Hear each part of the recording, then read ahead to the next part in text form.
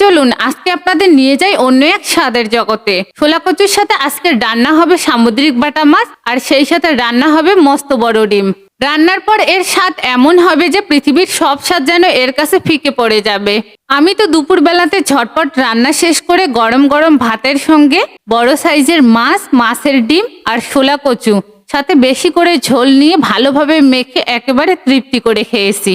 খাওয়ার সময় তো বুঝতেই পারিনি কখন যে চোখের পলকে এক প্লেট ভাত শেষ করে ফেলেছি।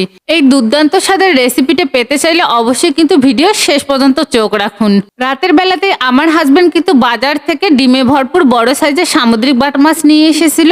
আজকের এই সামুদ্রিক বাটা মাছটা কিন্তু আমি ছোলা কচু দিয়ে রান্না করব। এজন্য সকাল সকাল বাজারে গিয়ে সবজিওয়ালার কাছ থেকে বড় সাইজের একটা ফ্রেশ ছোলা কচু নিয়ে নিলাম। সামুদ্রিক বাটা মাছ ছোলা কচু দিয়ে রান্না করলে এতটাই মজাদার হয় যে আপনি যদি কখনো এই সামুদ্রিক বাটা মাছটা কিনে থাকেন তাহলে কিন্তু অবশ্যই ছোলা কচু কেনার জন্য বাজারে ছুটবেন। এদিকে আমি সামুদ্রিক বাটা মাছ আর মাছের ডিমগুলোকে ভালোভাবে ধুয়ে পরিষ্কার করে নিয়েছি। এখন বাজার থেকে কিনে আনা ছোলা কচুটাকে আমি কেটে নেব। সবার প্রথমে ছোলা কচুর খোসাটাকে একটু মোটা করে ছাড়িয়ে নেব। ছোলা কচুর খোসাটা এভাবে মোটা করে ছাড়িয়ে নিলে কিন্তু রান্নার পরে আর ছোলা কচুটা গলায় ধরবে না। তাই রান্নার আগে অবশ্যই ছোলা কচুর খোসাটাকে একটু মোটা করেই ছাড়িয়ে নেবেন। এরপরে মাঝখান থেকে ছিঁড়ে এই ছোলা কচুটাকে আমি পনিরের মতো সাইজ করে ডুমু ডুমু করে কেটে নেব। সবগুলো ছোলা কচু কেটে নেওয়া হয়ে গেলে এগুলোকে ভালোভাবে ধুয়ে পরিষ্কার করে নেব। এখন ধুয়ে পরিষ্কার করে রাখা বাটা মাছগুলোর মধ্যে হলুদ আর লবণ দিয়ে এগুলোকে হাতের সাহায্যে ভালোভাবে মাখিয়ে নেব। লবণ আর হলুদ দিয়ে মাছগুলো ভালোভাবে মাখিয়ে নেওয়া হয়ে গেলে এগুলোকে কিছুক্ষণের জন্য রেস্টে দিয়ে দিব, যাতে মাছের গায়ে লবণটা ভালোভাবে ঢুকতে পারে।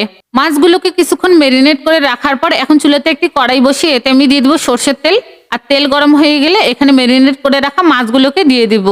মাছগুলোকে দিয়ে দেওয়ার পর যখন এক সাইড ভালোভাবে হয়ে আসবে ঠিক ওই পর্যায়ে এগুলোকে অপর সাইডে উল্টে দেব।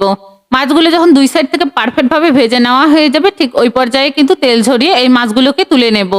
আপনারা চাইলে কিন্তু এই মাছটাকে না ভেজে কষিয়েও রান্না করে নিতে পারেন, এতে করে স্বাদের কোনো পরিবর্তন হবে না। আমি একইভাবে সবগুলো মাছকে ভেজে নিয়েছি। এখন এই একই তেলের মধ্যে আমি দিয়ে দিব 1 কাপ পেঁয়াজ কুচি। এখন এই পেঁয়াজ কুচিগুলোকে নেড়েচেড়ে হালকা ব্রাউন কালার করে ভেজে নেব। পেঁয়াজ কুচিগুলো যখন হালকা ব্রাউন কালার করে ভেজে নেওয়া হয়ে যাবে ঠিক ওই পর্যায়ে আমি এখানে অ্যাড করে দেব আদা, রসুন আর লাল মরিচ বাটা 2 টেবিল চামচ পরিমাণ। এরপর এগুলোকে নেড়েচেড়ে ভালোভাবে একটু কষিয়ে নেব। মশলাটা ভালোভাবে কষানো হয়ে গেলে এ পর্যায়ে আমি এখানে অ্যাড করে দেব সামান্য পরিমাণ পানি।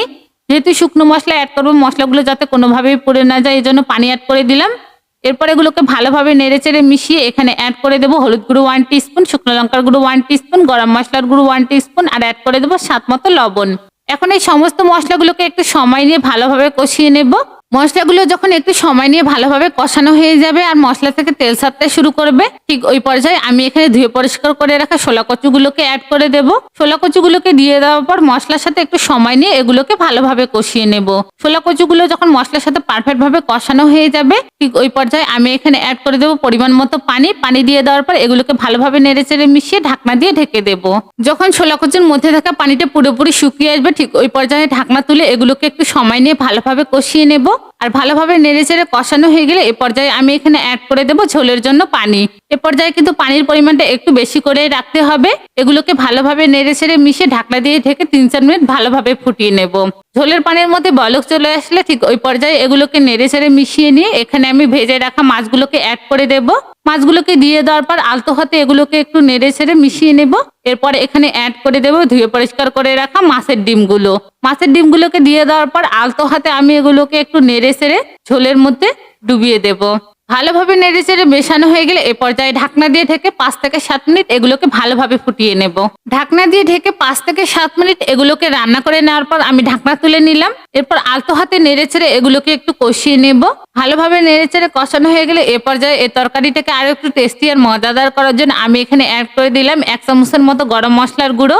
গরম মশলার গুঁড়ো দিয়ে দেওয়ার পর এগুলোকে আলতো হাতে নেড়েচেড়ে আবারও একটু মিশিয়ে নেব। আর ভালোভাবে নেড়েচেড়ে মেশানো হয়ে গেলে এ পর্যায়ে এগুলোকে নামিয়ে সার্ভ করে নেব। ভাই রে ভাই, ছোলা কচুর সঙ্গে এই সামুদ্রিক বাটা মাছটা এতটাই মজাদার আর এতটাই টেস্টি হয়ে থাকে যে একবার এই মাছটা রান্না করে না খেলে আপনি এই টেস্টটা কখনোই বুঝতে পারবেন না। বড় সাইজের সামুদ্রিক বাটা মাছ হওয়ার কারণেই কিন্তু এই মাছের মধ্যে ছিল মস্ত বড় বড় ডিম।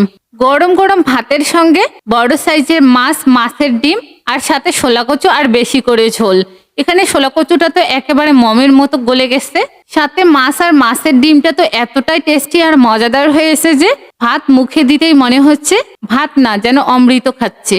এই মজাদার আর জাদুকরি স্বাদ কিন্তু মিস করতে না চাইলে এখনই বাজারে যান, সামুদ্রিক বাটা মাছ আর শোলা কচু নিয়ে এসে বাসায় রান্না করে খান।